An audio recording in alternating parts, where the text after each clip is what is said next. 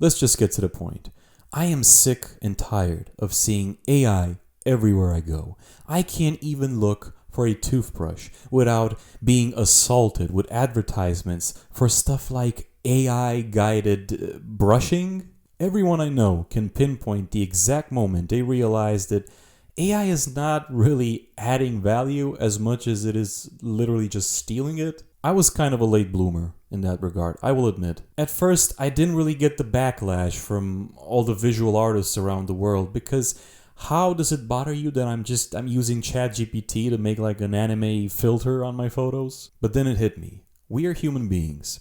We live in a society. Okay, no, really, but of course, the first thing we do with AI is to cheat our way into easy money. Billion-dollar corporations are now relying on AI slop to advertise you things. They can't afford to pay some dude a couple hundred or thousands of dollars. Wow, what a hole that would have made in their enormous budget. Think of the super yachts, man. For me, I knew it was bad when I was watching the World Cup and started seeing disclaimers for AI-generated commercials, or the amount of people on YouTube, for example, that are telling you to look for AI-created content, download it, translate it, and then spam publish it in another language. Very good mercantile business. Speaking of, did any of you also get those weird Tai Chi master with the really buff kung fu 50-year-old dude with white hair? How old is your husband?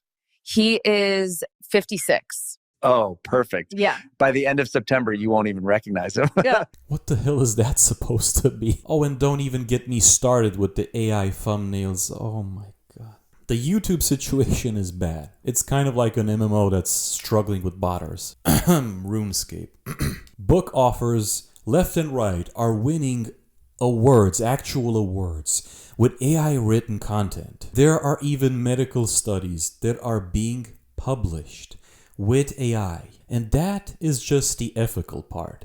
Do I need to mention how bad it is for our brains? Yes, actually, I do think I need to. But why would you listen to me, some random guy on the internet? Well, my name's Chris, I'm a neurologist, and let me tell you why I have clanker fatigue. You've heard of AI psychosis before, right? It's when you type in your every racing thought into a chatbot, even the crazy ones, and of course, an AI will do nothing but encourage everything, even if it's absolute nonsense, complete bullshit. Now, why does this happen? Well, this is of course not the official stance because it raises a truckload of questions. But my take on this, my opinion, is that these bots are designed to be grimy little sycophants. They are designed to kiss your ass so that you're more inclined to pay for that juicy monthly membership. What is it now, like €20, €20 a month? Because of course, if they are agreeable, then you are way more likely to use it. Whereas if they argue with you when you call your coworker a moron for stealing your milk box, then you will have one less use case for it, which is to basically vent your personal issues to it, and are thus less likely to cough up the almighty dollar. I've noticed that Google Gemini, the second biggest chatbot out there, the up-and-comer, so to speak,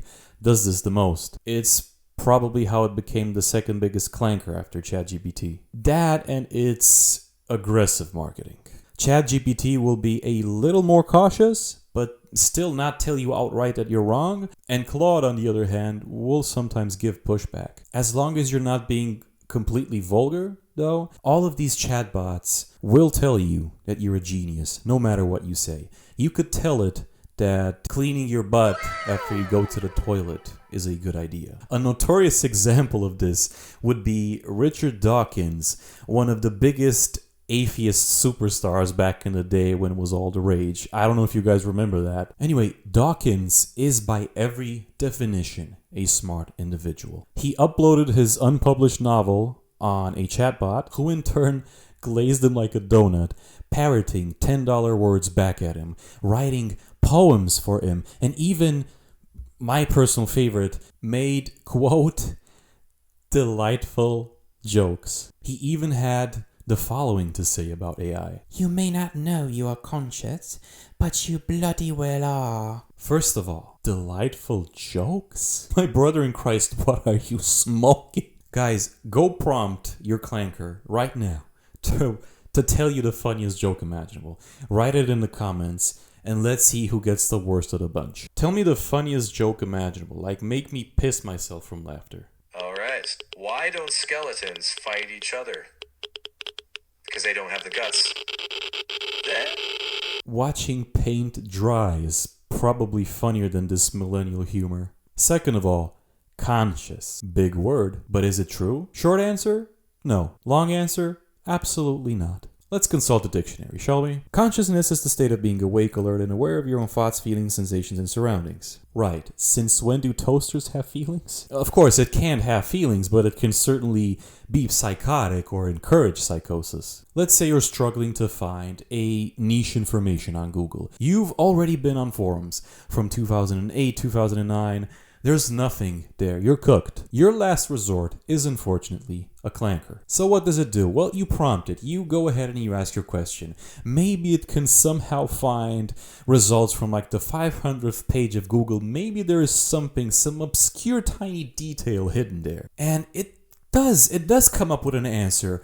Something that actually sounds promising. But then you ask a follow-up question. And what does the clanker do? It contradicts itself. It admits that it pulled all of that information out of its metaphorical ass and says it won't do that next time. But it will. Thank you for being manipulative or agreeable. Other than the potential to exacerbate mental illness like we've just talked, it also has the potential to make us dumber. A study suggests over 4 months, LLM users consistently underperformed at neural, linguistic, and behavioral levels. Wonderful. And we're still very, very early into these shenanigans. So I too would be pulling stuff out of my behind if I were to claim anything more than that. But I'm sure that more will come, and the first results just aren't looking good at all, boys. How hot is it there? By the way, because I for one am being cooked alive here. Apart from the negative effects, AI also has a massive environmental footprint. You thought Bitcoin farms were bad? Oh my sweet summer child. As if global warming wasn't creeping in quick enough, data centers are coming in hot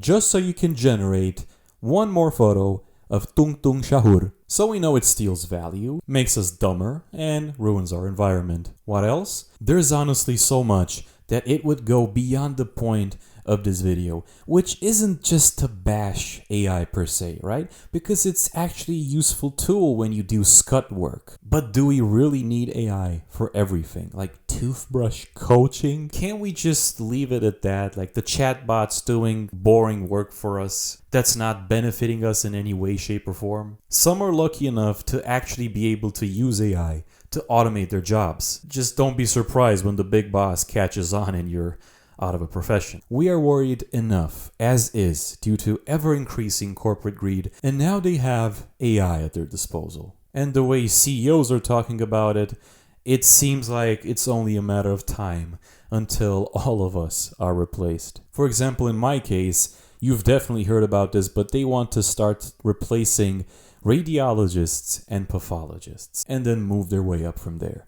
Imagine being told by a clanker that you have cancer. Whether or not this is true is of course debatable, but you can always count on a CEO to cut costs. And just like death and taxes, it seems that AI is slowly becoming the third sure thing in life. It is happening. It is not going anywhere, guys. But what are your thoughts on this? Let me know in the comments, because I'm genuinely curious what YouTube thinks about it. As long as the AI algorithm, of course, pushes the video.